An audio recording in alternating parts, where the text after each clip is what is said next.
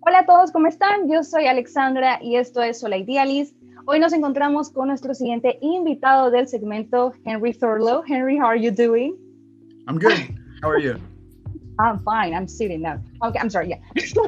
Para que tenga algo de contexto, Henry es el director y animador de The Architecture, donde, siendo un americano residiendo en Japón, actualmente ha trabajado en proyectos como One Piece, Overlord, Tokyo Ghoul y entre los más recientes, Castlevania en la 4ª temporada. So, first of all, Henry, thank you for being virtually here with us. No problem. Glad to be here. So, can you tell us how were your beginnings in the animation industry? Tell us a little about that. So I always knew I wanted to be an artist, and then slowly, as I grew up through elementary school, high school, I realized that animation was my favorite art form. So when I went to college, I went to study animation. That was in New York. So I always knew I wanted to be an artist and an animator, but I always assumed I would be working in New York or in America at least. But after graduating and then actually working in the industry in America for a while, I realized that in the West in general, we don't really produce many of the types of animation that I really like. I like the Tokyo Ghouls and, back then I liked, Dragon Ball and Rurouni Kenshin, those kind of series. But I also like the super gory, violent OVA series. Dark, popular. Super dark, yeah. There was ones, Yoma, Genocyber, like the Fist of the North Star movie, things like that. And I could go on a giant list of all of those. And when I was realizing, we're not producing any of those things, I'm never going to get a chance to work on those things if I stay in America. That kind of got me to. Long story short, basically one day I pretty much just up and moved to Japan. I really didn't have any connections in Japan, and I didn't know the language. I knew I studied the language a little bit before I went to Japan, but it wasn't enough to know anything.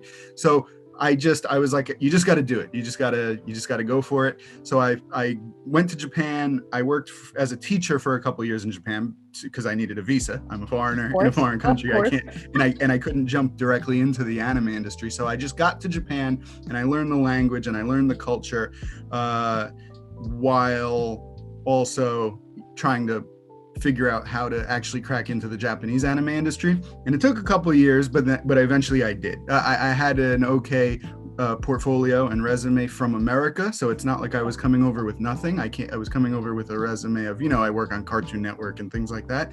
So that wasn't good enough to get into the Japanese anime industry, not by a long shot. No? Not even close. Oh, no, Jesus. No. All of the places I originally interviewed with were like, this is totally different. This isn't what we make here at all.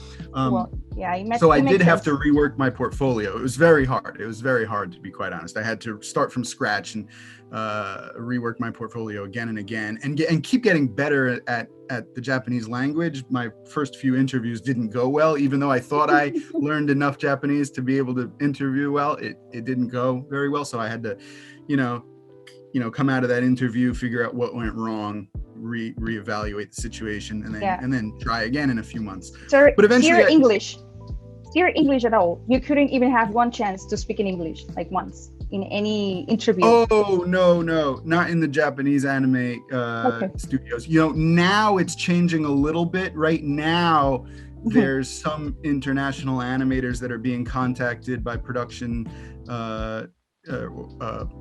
assistants. Why am I forgetting the word now? But they can contact some foreign artists and have them participate in the work. But back when I came to Japan, because I came to Japan like 12 years ago. So when I came to Japan, no, it was actually everyone was very surprised when I walked in the room. I mean, even to today in Japan, if a non-Japanese person walks in the room to interview in a Japanese anime studio, people will be surprised because there's just not that many foreigners in Japan, to be honest. But especially 10 years ago, they were like, okay, I guess he's gonna speak Japanese. Let's just do this, because no one in the room speaks English. So and then of course I would speak Japanese, so it would be okay. But yeah, those interviews had to be done totally in Japanese. And for anyone planning on, moving out to Japan to try to follow the kind of same course that I did, I would 100% suggest the same thing. You might be able to do some freelance work from where you are in your native language, potentially nowadays. Yeah. But if you're actually planning on working in the studios here, you're working in Japan, surrounded by Japanese staff. So yes, you should definitely know the language. Yeah, that's a must, I believe. Yeah, it would be really cocky actually to not speak the language and go like, no, oh, it would yeah. No, totally wrong. So yeah, learn that language. But what is it? So I cracked into the industry, and then I just kind of have been working here for a while, and I've gotten to work on really cool projects. I cracked in at the bottom, so I was an in-between animator for a few years, and that's really tough work. Just doing the in-between drawings and all the cleanup on everything, and then often you don't even get credited for those jobs, but it was a beginning and it got me here. And then I slowly worked up through that job, and then I did some secondary key animation, and then a few years back I made this studio, Der Stadio, with CEO Arthel Isom. Arthel Isom is another American working here in Japan. Similar story to me. He was actually here a few years before me, working in backgrounds. Okay.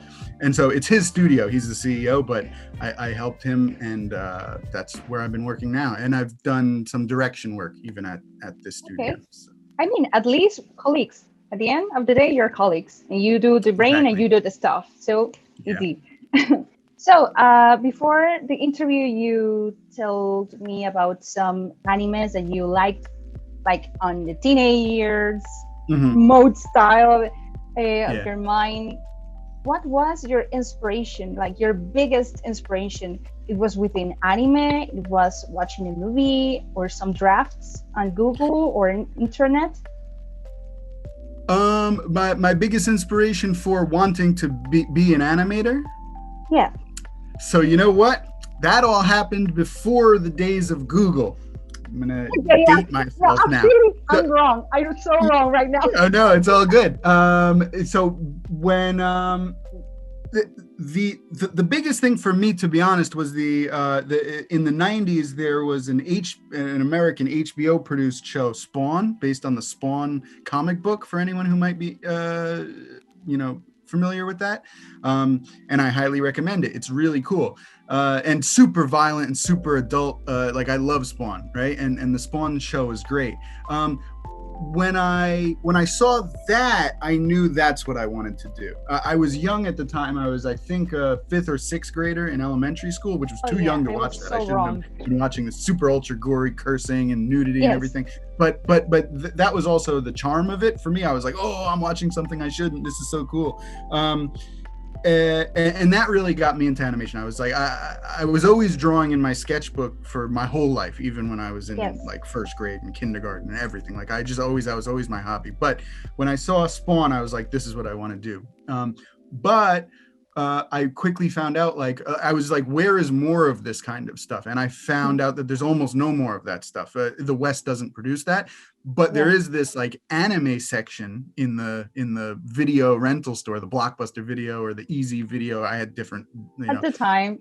Yeah, at the time there was like little shops and stuff with VHS tapes, and they always had an anime section, a Japanese anime section, which wasn't big. It was very small at the time, just a handful of videos. Okay. But so I rented every one of those videos. And those were all those super violent OVAs that I mentioned.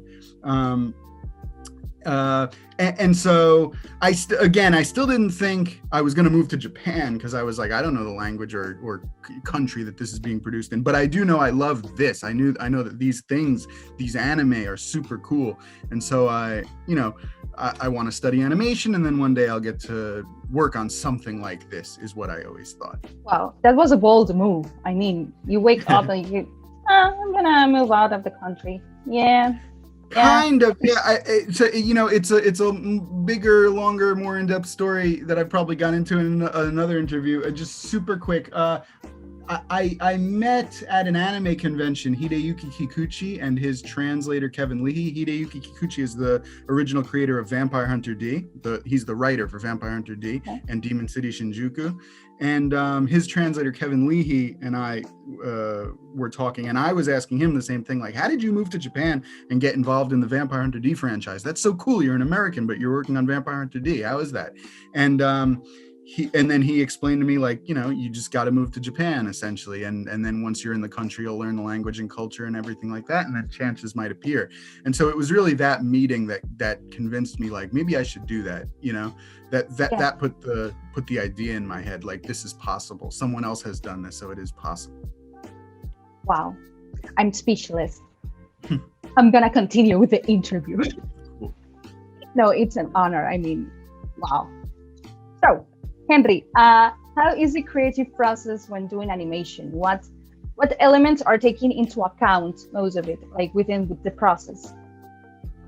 Well, first you need to learn the process, and every country kind of has their own different process. So, when working in anime, first things first, you really need to understand the process and what your job description is. That's why it is kind of important to get in at the very bottom, because then as you work your way up, you really understand exactly what everyone's doing.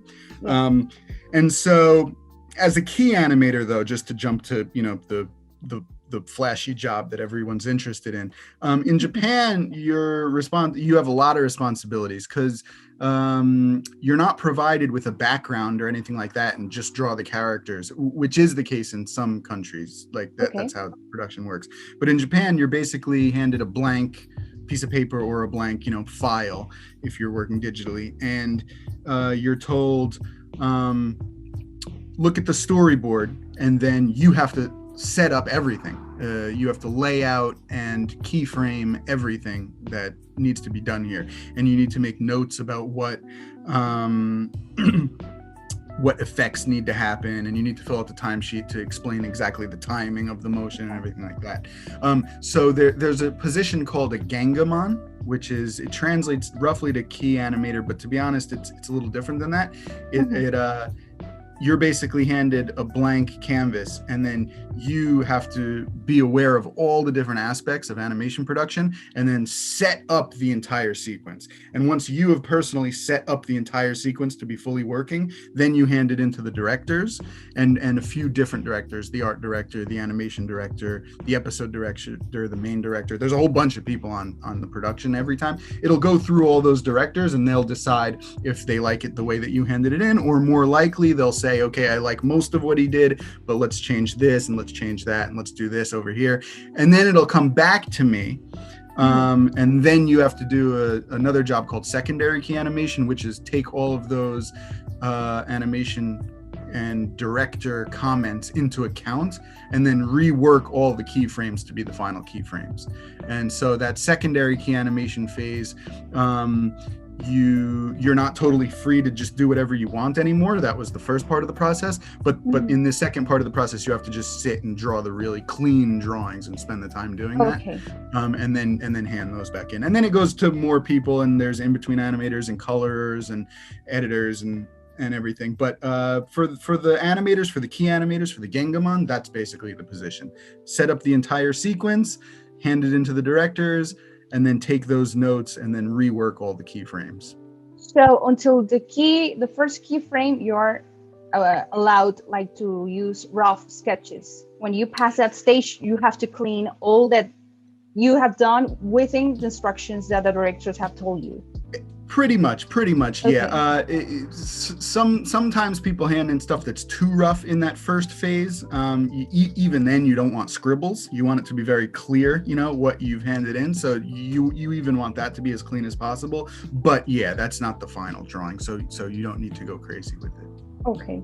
You can do a line on that smoke, because that's smoke. No, I'm just potentially. It depends also how many keyframes there are. If there's a sequence that's not moving very much and there's only some subtle motion, you shouldn't draw a scribble. But if it's a giant action sequence and there's hundreds of keyframes, for a whole bunch of those keyframes, if the rest of the sequence is clear, then you can say, you understand the smoke is over here. Here's a line to represent what it'll be later on. And so you take into account the overall like totality of what the scene demands, but that also just comes with experience. That's why again it's good to kind of get in at the bottom, because as an in-between animator you'll see what the good key animators are doing and what the not so good key animators are doing. So you'll get lots of examples of like, wow, this is a great sequence, wow, this is a not so great sequence. So then when you become a key animator, you know what you thought was good and what was bad, and then you try follow that path. I mean, good one. Okay, instructive. I didn't know anything about the scene, so thank you. Well, in the past you have had the opportunity to work with animation studios such as Toei Animation, animating certain chapters of One Piece, and recently the new season of Castlevania that was released. You were also there participating. Yes. Our studio, Dare Stadio, worked as cleanup animators on that one. So on that one, there's no sequence you can point to where like I did the key animation for, but episode 9, I guess a Powerhouse Animation Studios, who needs to credit, they're the main production studio behind Castlevania. They put together quite the dream team. They contacted a whole bunch of their in-house people were obviously just top notch, and then on top of that they contacted a lot of people from around the world to participate to some extent in episode 9 of the newest season 4.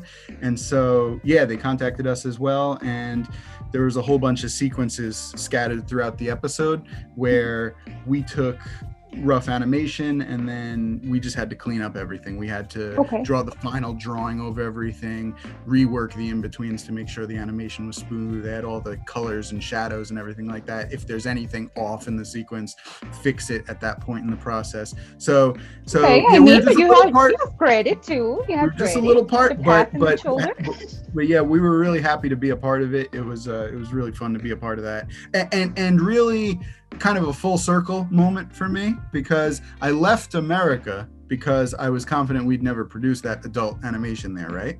Yes. But then eventually, years later, when at least one adult animation did get produced there, Castlevania, even though I moved to Japan, I still ended up being a part of it. So that's really cool, right? Like, coming to Japan was definitely the right choice, because even after moving to Japan, I still got to work on the cool American productions too. So it was a cool one. So you won it. It all won that one.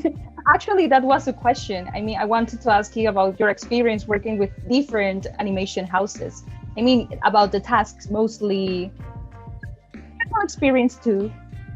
When the clients are Western clients like Castlevania or like some other things we've produced at Dare Stadio, we've produced like Adidas commercials, or we made the recent music video for The Weeknd, Snow Child. I was a technical director for that one, and then I did animation on that too. When the client is Western, you kind of have to take it project by project, because Western clients always want things produced in different ways. So they're actually kind of tough to work with, because you have to start from scratch every time with them and kind of ask what their preferences are and how they want things made.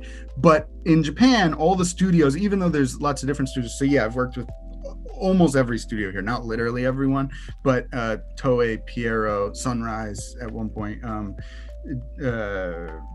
I'm Madhouse, like Science Saru. All of them are different studios, but they all pretty much produce things in the exact same way. They might use like a different naming system, or they might want like backgrounds, how clean the backgrounds are drawn to be a little bit different. Maybe some memos that they want you to write on the timesheet might be different, and they'll explain that to you when you take the work from them. But generally speaking, the way Japanese anime is produced is the same no matter where you go. So working with all the different studios isn't tough out here. Once you understand the Japanese anime production process, you can probably take work from any studio. And so sometimes there's a production that I specifically want to be a part of, like JoJo's Bizarre Adventure. David Production produced that, so I wanted to be a part of that. So I reached out to them and was like, I want to be a part of JoJo. But then other times studios contact me personally or the studio here, Yes. and will be like, can you participate in our project? And so, once you know the Japanese anime process, it's very easy to request work and take work from everyone.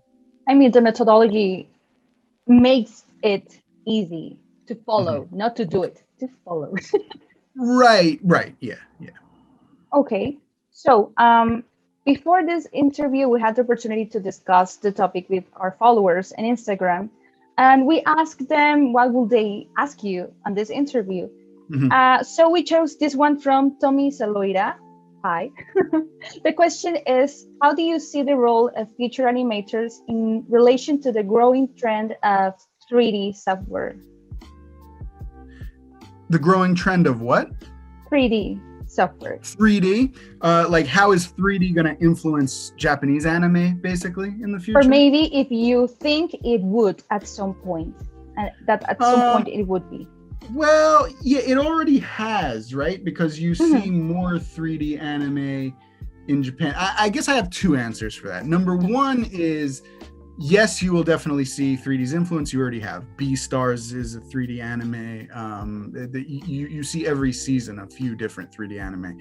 A bunch of the Netflix series that come out, but that are produced fully in Japan, are 100% 3D. As far back as the early 2000s, there was 3D elements in anime, like the ships in outer space might have been 3D even for back then.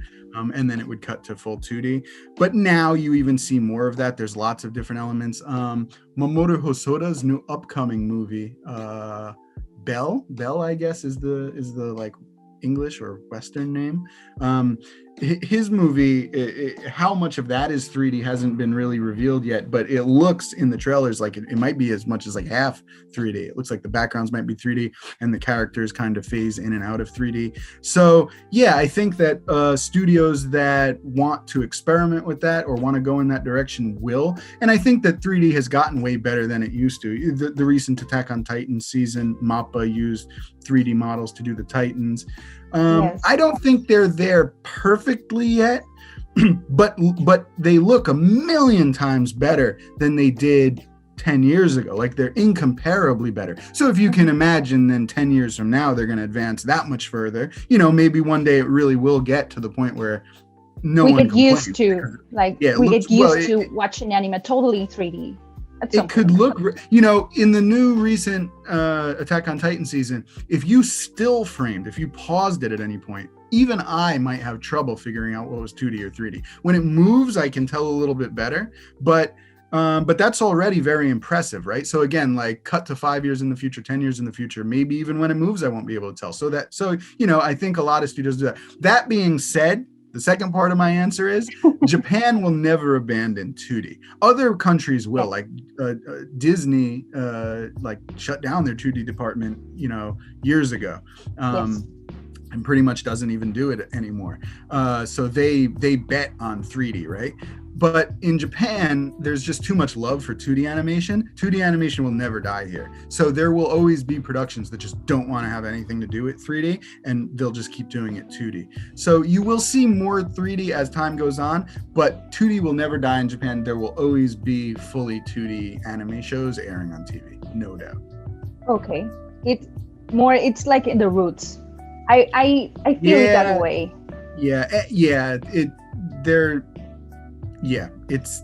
They're just stuck in, you know, there's a lot of instances where that's a negative thing, where Japan is stuck in its roots and won't move forward. Especially if you live here, you realize there's like a ton of different things where it's just like, oh, why? Like, they still use fax machines here. I often get a message like, what's your fax number? And I'm like, I don't have a fax machine. Okay, I'm not doing that. I have a beeper. What are you talking about? No, seriously. Beepers probably weren't popular in Japan, but if they were, they would still be around today. So that's what I'm talking about. Yes. But in this case, it's a good thing. They love the 2D animation. They love that. I love that, and so it's not going anywhere. I mean, to my perspective, we love it. I still love it. I am in my middle 20s. I still love it. So, Henry, all being said, do you want to say something else to the audience before saying goodbye? I guess let me just pitch. So you do you. Everyone give us a follow on Instagram, Twitter, and Facebook, and all that stuff, whatever you're doing. De Art Stadio is the name of the studio that I'm working at now. And Henry Thurlow, follow me individually also on all those different things. I do a vlog series. It's all in English, but if that's not an issue, I do a vlog series with the CEO of De Art, Arthur, and we talk about anime industry, just information, what's happening within the industry, also tips for artists that might be interested in ever working out here, things like that. I guess that's it. Thanks for having me. I hope this was informative. Of course it was informative. I'm pretty open for always, answering people's questions if I can. I can't always get around to all of it, but again, if in English or Japanese you want to ask me questions, you can do it directly on Twitter. I'm always open to shoot a quick answer. I bet it won't be an issue. People will reach to you. Cool. You get used to it. So thank you so much for your time, and also we encourage you and your team to keep going forward in this tough business. You just keep going, please. We'll do it. Okay. Eso fue todo por la entrevista de hoy. Esto fue Sola Idealist, Henry, Alexandra, y nos vemos en la próxima. Chao, chao.